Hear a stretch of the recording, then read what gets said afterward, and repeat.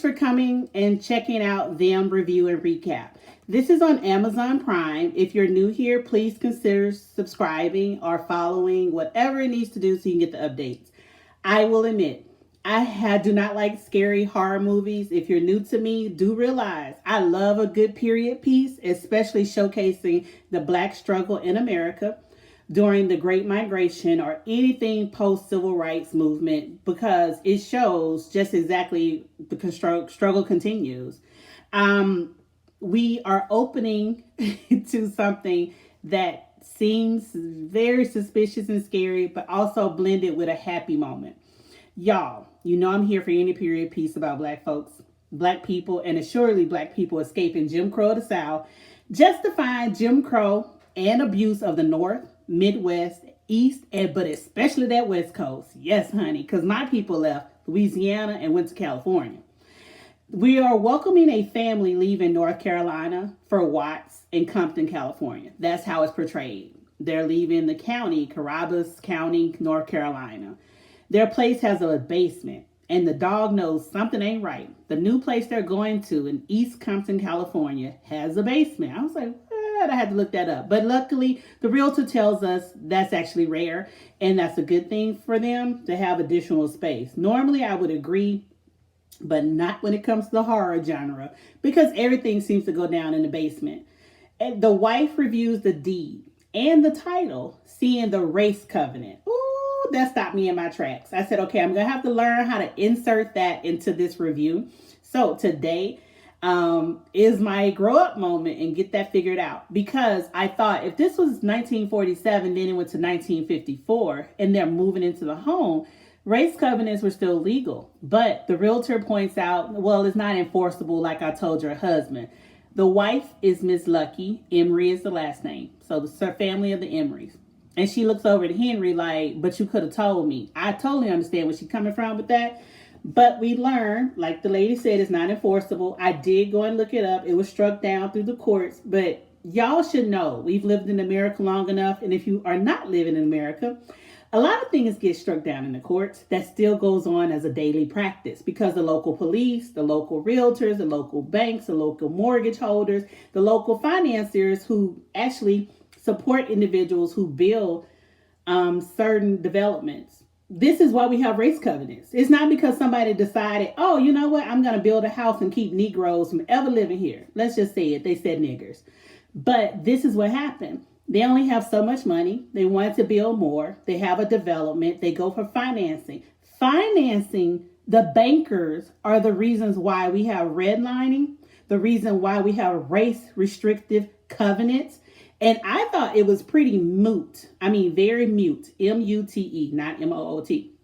That they said no one outside of Caucasian blood. Honey, no. Race covenants were way more detailed back then. They were specific. No Jews, no Italians, no niggers, nobody from any connection to Africa, things of that nature. So I know we have sub-Saharan Africa and Northern Africa. No. Moroccans, Egyptians, all of y'all are considered Black for the purposes of American bloodline. I'm telling you, people have paid over the years. They have fought through the Supreme Court. Indians and Arabs especially. But what I've learned is, and this is my own personal research, you're welcome to Google and verify. And I'm happy to post the case laws too. In America, what outsiders, foreigners, or first generation, second generations, or just residents have learned, it doesn't really matter what the law states. We know this because Black folks know. The law can say slavery is illegal. We still enslaved. And that's how we have Juneteenth. But this is how it gets great. You can go put the money behind it. So money talks. Money talks harder and louder than the law in America. Ain't that something? But if I said it, people act like I just made that up. Back to the show. The show is very poignant for picking out that specific theme. I love how they got her loading the clip. Yes, honey. Miss Lucky Emery was already being met with ignorance. Immediately, day one, they drive into the neighborhood. All the Caucasians stop what they're doing. The men folk are doing yard work and staring like they can't believe there's a car. Let's just say a Ford or some 1940-ish car. With a husband and wife and two kids in the back pulling an actual trailer. It's a little small trailer too. And it's like, what did people move with? And was furniture that cheap you could just rebuy it? Because I promise y'all, moving cross country, I thought, yeah, you don't need to take all that. We'll just buy again. And you quickly learn, woo, this is what the movers cost. We might as well should just kept the furniture. But anyway, the wife reviews the deed. She sees this is not the place I want to be. And Mrs. Emery points out the covenant. The realtor says they're not legally enforceable. It's 1954 as they open. Such covenants were not only enforceable, as I'm covering, they were rewritten to be really strong. I love how they show her loading the clip as the background music is a sample from the Delphins. Anywho, Gangsters Make the World Go Round. With Mac 10 and them and WC. So when you hear that boom, boom, boom, boom, you're like, hold on now. She do need to load the clip to that. I mean, of course it's a sample and it was sample for rap music, but it works here. So that's why I was like, yes, honey, load that clip faster. Hell, I was confused. What a husband gun is. We just gonna just have one gun between all of us? Okay. Hey, that's what it does. I hope this show does not fail me though. But it was a good opener. Now we learn why they ain't in Watts. So the husband has family and tells the little girls, don't y'all remember your cousin such and such and such and such? In his mind is an elevation to go to Compton. Now y'all know I had to stop everything and call home and be like, wait a minute. White folks was originally in Compton? Because I've never seen this. I mean, I'm not a permanent Californian, but when visiting my cousins, family, my sister folks are deep over there. When I tell y'all they left back in the day, they left back in the day and didn't look back. And that was one of those arduous trips back then because Texas was nothing. Yes, we drove. And you could break down with a radiator and there's nothing once you get outside of Dallas, Plano. Like now it's developed. Sherman is much better, but you would go a whole day before you saw another person. And them hot roads. But anywho, back to the show. Think of it as akin to Lovecraft. All right, if you've never seen my Lovecraft reviews and you're probably 7 minutes in, like, bitch, I ain't learned nothing yet. You just rambling. That's what the beauty of it is. It's like, I can see so many parallels between the history we're told, the history that's in the books, the history that's in the legal system, and what my family has experienced. But at any rate, I did learn, I searched it myself. Compton was originally full of Caucasians. It genuinely was. And East Compton was a specific area that had at least 12,000 whites. At any rate, Caucasians in America, this is why I feel like it runs parallel to Lovecraft. It is a matter of dealing with the devils we know. Caucasians in America are the unknown maleficent forces or devilish forces that we don't know. I think just like Lovecraft, you're like, ugh, I know these white folks. They're going to get on my nerves. They're going to try and kill me, but I know how to fight back.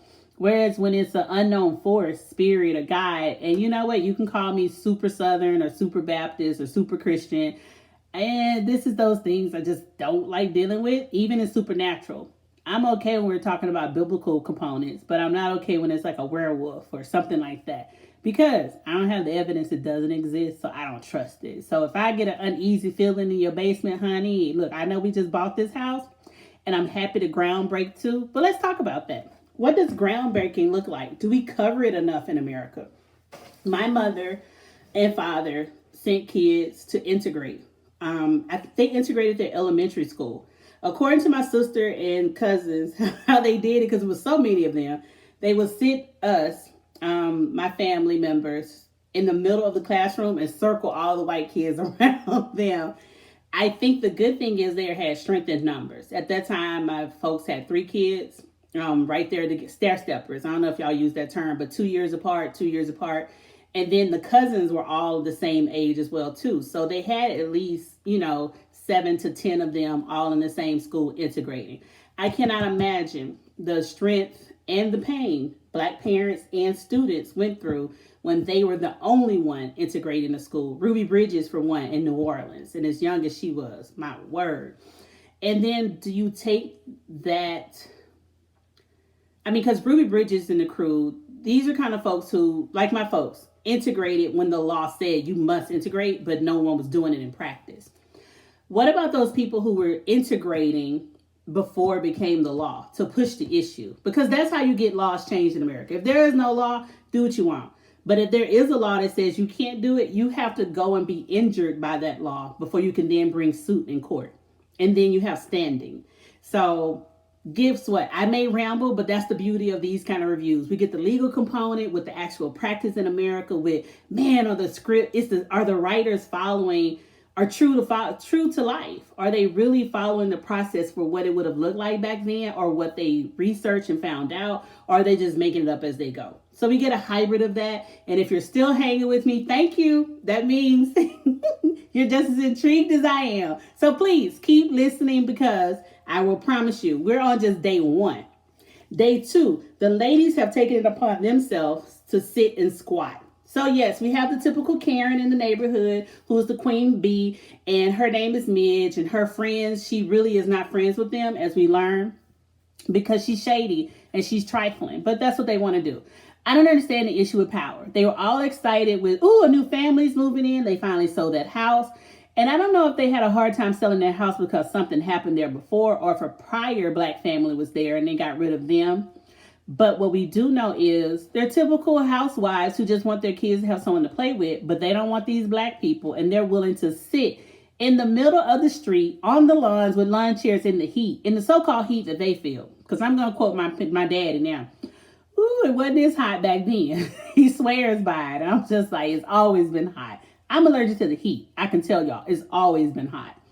But anyway, the sealed delivery came out. The realtor let some items in. They just put the mattresses on the floor. Honey, I about fell out. Like, y'all couldn't lean that on the wall. But this day, the sealed delivery guys are there, and they're bringing in the rest of the items. Y'all, the contempt from the delivery man blew my mind. Mr. Henry Emery, is a whole black engineer. We learned that eventually. And these delivery men, if we want to play the caste system, because see, America's good with having a caste system of socioeconomic levels, but we don't discuss it. You are contempt and disgusted. You're delivering to me. Baby, I have more education than you. I'm a professional. Yes, engineers are professional careers and professional certifications. How dare you? That's not to mock anyone who has a delivery job. If you want to know, I have been a full-blown server, and I enjoy serving, waiting tables. Actually, I plan on doing it in retirement. So don't act like I'm thumbing my nose down. I'm pointing out the juxtaposition of, we have a social tier system that doesn't get discussed, yet they feel the need to be disgusted by a black man as their customer at the point. But he's really their boss, because they're delivering for him. At any rate, the women sit outside playing loud music to try and get on the Negroids' nerves. And one of the women asked, I thought niggers love music. And they're like, not at this volume. And not only is it really turned up high, but they're all playing different things. So, of course, it's convoluted. And, of course, it would be not just a nuisance, but a threat is the goal, to be an annoyance. The husband leaves for work, Mr. Emery. The wife, Miss Lucky, takes the girls and says, it's going to be the only time we're going to do this. Now, I thought the youngest girl was going to school, but she went through the back, opened up the back latch. They walk on over to the school bus. Honey, those white kids stared them down like they owed them money. I was so glad when Mrs. Emery said, may I help you? It needed to be said. It genuinely did. Y'all, I guess because I grew up super Southern, no child could ever do anything or say anything to an adult. So it's like, I can't imagine this world. You know, it's just like our elders had to grow up in, especially my parents. My dad was born in 1930. There's a time that even though you're a full-fledged grown man, you have to acknowledge some Caucasian boy and, you know, in a way of sir. And I get it. That's why a lot of people don't like it when I say sir and ma'am. But it's not like that when I say it, by no means. I mean, it's just not just habit, but it is a practice I believe we need for the benefit of just being respectable. At any rate, she gets her kid off onto the bus. She goes to school. The little girl comes back home with her. She has nothing to do. And she's like, well, Miss Vera will be my teacher. Miss Vera is this little book that the child carries around. But come to find out, Miss Vera is all her make-believe person that talks to her. And I'm like, wait, what now? Miss Vera doing all this? Child. They have a little scraggly dog named Sergeant, and the kids love it. But I can't. I can't discuss their endurance. Like, we have to get the endurance, the stamina, and fortuitous fight back. That no matter what they were trying to go through, they were really trying to persevere and just have the American dream. Mr. Henry is an engineer at the Tanner plant. Calvin from Nell has to show him the way from Mel. because the receptionist has decided he's black and he's walked in. The kitchen is that way, blah, blah, blah, blah, blah. And goes back to taking calls. He was like, excuse me, ma'am. Better than me. Much better than me. Because, see, and I get it. I know I'm judging based on 2020 or 2021 standards. Hell, even 1997 standards. I'm sorry, what's your name? May I just have your boss? And I know that shouldn't be the way you have to introduce yourself at work. And it's probably going to create more trouble than it's worth. But that's, in my mind, like, okay, whatever. But I'm a little older now. I'm a little more mellow. So I realize you got to be more diplomatic, even when others are not. And that's how diplomacy works. But hey. Mr. Calvin, black man from Mail, passes by and explains to the reception he'll show him the way. So, they commiserate as brothers do, and it was exciting. The receptionist like, because I'm sure I have no time for whatever this is. Y'all, why she wasn't fired on the spot? Ooh. Okay, so the youngest child brings us back to the opening scene. Because I was wondering. Yeah, I didn't talk about that because it was kind of scary. What is her name? Something Day. She looks real redneck white trash. And I ain't attacking nobody. I'm just explaining and setting the scene. With rubbery skin, wrinkles everywhere, lines, creases, and folds. Real country sounding, and their house is in the middle of no man's land back in North Carolina. 2-story wood frame house. Mama talking to a little baby. I thought it was a girl, but we learned it's a boy. She looks gorgeous, though, in that kitchen. I'll give her that much. How her hair was did up and everything. Didn't realize it was the same as Lucky Emery we seeing today in California. But she goes out because she hears the dog barking, sees what it is. Random white woman. She's like, oh, are you lost?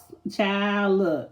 My big daddy and my grandmama. So big daddy is my maternal grandfather. Has a place that set off the road like that. Actually, a few miles. That was a workout to go get the mail. At least 5 miles from the road. Baby, you don't end up lost on foot back at my house. So I was confused why she didn't have a shotgun then to meet her at the door. Nope, not condoning violence. I know what it is, though. You come this far back, honey, you ain't lost. And you this far back as a single white woman by yourself in 1946, North Carolina, 1954, North Carolina. It's 54. We still haven't even had the Civil Rights March. Y'all. You couldn't have paid me. This is one of those things now I understand my mama doesn't like, which is the house can't have any woods around it under no circumstances. Even if it's a brand new development, a brand new developed house, and it's sitting on the lake as she would like, those woods do something to her. I assume she grew up a certain kind of way that I cannot relate to, and I try and just honor that. At any rate, the youngest child is Gracie Jean. She's singing the song the old lady was singing to threaten a young black mother. And she tells her, no, I'm not lost, but your dog is cute, and she plays with it. Then the little baby starts to whine. So the mother's like, I'm right here. Oh, is that your child? Asks for the name. What is it? And the woman asks, may I have your son? May I have him? Wait, what now? Yo. She was like, well, my husband will be back soon. Oh, you mean that nice fella with the 2 girls? We saw them leave about an hour ago. She said we saw them leave about an hour ago, but she's the only person standing there. That would have told me when that dog ran off barking and all these woods is out here in front of me. You got people with you? Let me go and get in my house. Hell, I was nervous. They was at the back door messing with the baby in the kitchen, and that's why the baby was crying. But that's me. This is why I don't like horror. It puts me on edge, and I'm always suspicious. So, at any rate, going back to present day, Gracie Jean singing the song is singing this old, it just sounds like an antebellum cotton picking song, like it was a way to threaten black folks. Like, if you don't do what I want, I'm going to kill you. That's that's the tense they provided with the mood in the show. So, honey, I bit that apple. She slaps Gracie and asks her, who taught you that? She says, Miss Vera. Then, of course, Miss Lucky apologizes to Gracie and cries and goes to her room. She sniffs a keepsake box and takes it to the basement. Goes all the way down the basement steps. She ain't never been in this basement. Finds some place to open up 2 cupboard doors. Yeah, my southernism is kicking in. Or enclave or a little closet. And puts the box in there. So we're all thinking, if you're sniffing this child's stuff, you no longer have a boy in the house. You only have 2 girls. Did they really take that woman's child? Hey, y'all. Now, look, I got questions about how the hell you walk all the way down that basement and find a cupboard you ain't never seen before and open it up and decide to store things there. Hey, maybe that was a standard practice back then, but offhand, I'm suspicious whenever you walk in someplace and ain't confused when it's your first time there or even second time there. Hell, some days I forget where the light switch is at around here. So come on now, I need you to do a little bit better. But this is running as long as that TV show, so I'm going to wrap it up with these ideas and thoughts. And y'all tell me what's going on. Because it was a lot. It was a lot in just the first episode. The horror part is Betty. Not even a scary monster in the basement. Not even a scary old lady who stole a child, as we believe as of day one. But it's the little Karen across the street. Her real name, she's Betty Midge. Same difference in my book. She comes over to a gathering like they finna play Pinochle or Bridge, and she's carrying a meringue pie. She's proud that she brought it for everyone. Here's the scary part. Her husband walks up. Well, I know you ladies didn't think you were going to eat it all from us. Puts his finger in the pie, licks it. Ooh. Who they thought they was going to get his pie to? Girl, you and Clark can keep that pie and take it on back to your house. Matter of fact, I don't even need it in my house for it intermingles with something else. Y'all, forget this. This ain't about COVID. This is always about nasty people. Ooh, child. Don't know what his hand been. Ain't watched it in first sight. I don't know what they do at their own house anyway, but I was just too disgusted and through.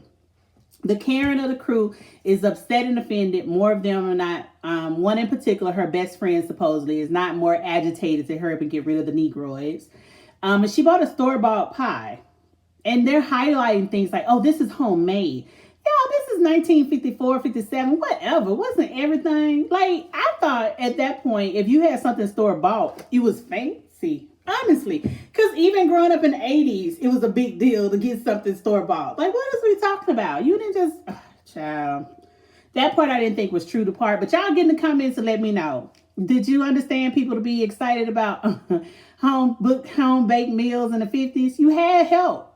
Help did it. Then we not watch the movie The Help. Number 2, store-bought meant you had money because you're wasting it by buying that stuff when you could make it at home for less. Help us all. Either way, the Karen of the crew goes over with, look, we all paid $11,000 for our house. How could they afford it? It's even said they sold it at a loss, is what she said the realtor had to bring up. But we don't know that loss to be a substantial loss. It could have been $10,500. I was eagerly hopping mad and disgusted because I know that's a conversation to this day as I deal with client portfolios and they question how can such and such afford such and such. You don't think much of it, but you can tell without ever looking up the person or discussing what kind of skin pigmentation and how permanent their tan is with how much of a disgust that they have. Or when you're dealing with whistleblowers and the interest rates are much higher, but the credit scores are the same, you can identify what race or ethnicity was assigned that credit score, even though they all got a 780 credit score. I'm sorry, what race or ethnicity was assigned the interest rate, even though they all have the same credit score. But my word. So we've seen the men now discussing how to get rid of the family. Her husband, Clark, they played him like he's not that bright, but he's like, just put some thumbtacks in the driveway. The other men are gassed. Like, how dare you, thumbtacks. He's like, I read about it, such and such did, and it worked for them.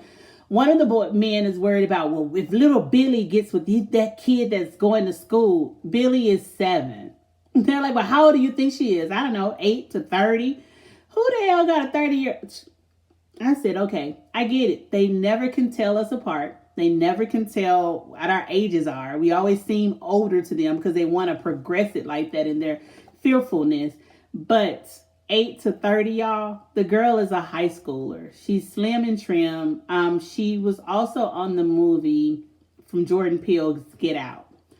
No, from Us with Lupita. She was the kid. So, I don't know. It's just going ahead, they decide that they will kill the dog. Because there are a few people who are level-headed saying, we can't do something to the house. They have kids. There are those in the crowd that say, so what? Who cares? Them kids ain't mine, basically. Thank God level heads prevail and they decide they'll just kill the dog. Yep, that's it. So we cut to the Emerys are at their own home, dancing and having a good time. Baby, I must have felt warmness in my heart. Mr. Emery was wearing them pants like my daddy used to. Not just when I was a kid, when I could look at the photos when he was slimmer. Ooh, child, them pants was jacked up so high. I get it. It's a sign of the times. And by 57, my daddy would have been 27. I'm pretty sure those pants are probably even higher than that. But we'll have to finish with knowing Gracie is awakened to hearing the dog bell. And she keeps ting, ting, ting, ting, ting, ting. She goes to the kitchen area and questions, Mom, Mommy, Mama. And it's just sitting there, shaking the little collar that the dog wears. Now look here. I've been young many a days, but ain't no way I wouldn't turn. My mama didn't answer me the first time. What you want? What's up, girl? Something like that. Baby, let me go get my daddy. Mama just sitting at the table being weird. I wouldn't even have to walk up on her. But that's me. I was a scary child. I'm a scary adult. Take your pick. I don't know. But we later learn it is some kind of malevolent, negative evil force, and it grabs her at the neck, burns at the neck. She screams. But the next morning, Mama wakes up, Miss Lucky, happy, excited about life. And the little girl's in the bed. She checks in on everybody. She walks up on her. She sees the scar on her neck. She asks, how you get that? Miss Vera did it. What? So, look, I ain't never had a kid with a make-believe friend or whatever, whatnot. But I know this much. Baby, them scars will make you stop in your track when you see your kids or little children, nieces, nephews, or marks they ain't have yesterday. Where this come from? Who did this? Because we finna get to the end of this. And I love how even Mama had already quoted, because Mama will whoop their ass. Simple as that. I was like, who? Yes, do not bring some weak-willed woman up in here. I'm just not familiar with it. The women I know in my life were always scrappers. They will give you as good as they got, if not worse. Don't start with them. And you sitting here threatening people's family, I think they have every right to defend themselves. Anywho, Miss Nasty Elvira did this, is how Gracie explained it. Mom lets Dad know somebody was in the house last night. Baby, he must got some serious man privilege because he went from room to room to room all over that house. No gun, no weapon, no bat. Just gonna find out who did this. So I was like, okay. But the wife surely does and makes it known when she goes to get the clip and gets it loaded. So it seems like Henry is back from the war. And he did, because in 1947, that I figured like, hey, that would have put us at the Korean War. Well, my father served in the Korean War, helped integrating the army. But to hear Henry discuss it, he was being chased with the mustard gas. And I was like, okay, this is World War II, because they're also referencing the Germans. So at any rate, here's what we do now. Gracie Jean is the youngest child. The oldest girl is in high school. Gracie Jean hasn't entered school yet. There is someone there that's a evil force in the home and is stalking the family. Apparently, it smells real bad, even if no one else can see it but the little girl. The daddy and the mom are a cute, happy couple, eager to give their kids the next best. What we also know, the neighborhood is plotting against this black family to run them off. As Calvin from the mailroom said, oh yeah, I heard East Compton is worse. They'll run you crazy. They ran the last black family off. And that's what prompted me and us to believe, oh, maybe this was the prior house that was owned by the previous black family that went crazy and had to get away. So tune in. I promise you, day 2, actually this covers day 1 and day 2. That's why it's longer. Day 3, maybe the review won't go as long, but it's just as good and it's